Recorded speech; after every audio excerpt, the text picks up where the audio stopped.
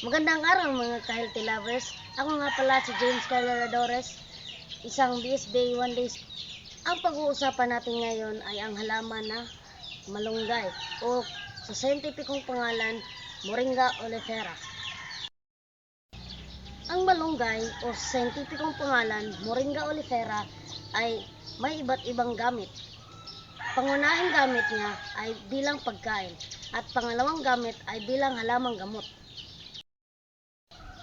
Ito ay isang mabilis na lumalagong puno na may habang 10 metros ang taas at namumulaklak sa mainit na klima kagaya ng Pilipinas, India at Africa.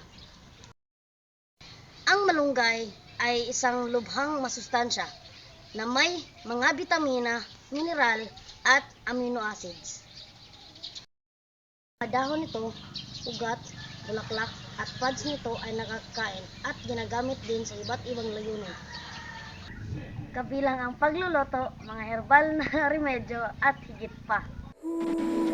Ang mga puno ng malunggay ay gumagawa ng mga payat na kasabit na mga pods na kadalasang tinatawag na drumsticks na maaring may haba na 20 o hanggang 45 sentimetro. Ang mga pod ay may isang angular o buhol-buhol na itsura na may 3 magkakaibang panig. Ang mga bulaklak ay mabango at hermaphroditic na may 5 madilaw-dilaw na puting petals. Ang mga buto ay bilog o hugis itlog at nababalot sa isang manipis na parang papel na katawan ng barko. Ginagamit ang mga ito sa pagluluto at maaring inihaw na parang mga mani.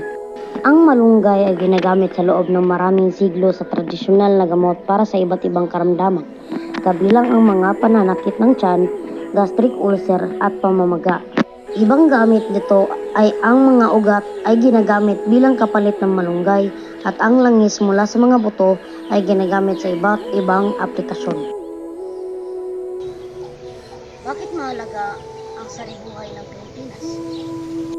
Maraming endemikong species ng halaman at hayop ang matatagpuan dito na wala sa ibang lugar.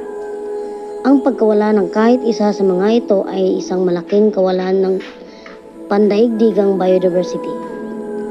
Ang saribuhay ay may mahalagang papel sa pagpapanatili ng ekolohikal na balanse.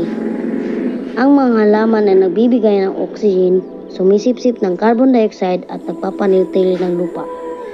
Ang mga hayop naman ay may mga papel sa polinasyon, seed dispersal at nutrient cycling. Ang pagkasira ng saribuhay ay maaaring magresulta ng pagbabago ng klima, pagbaha at iba pang natural na kalamidad. Yan lamang po. Salamat.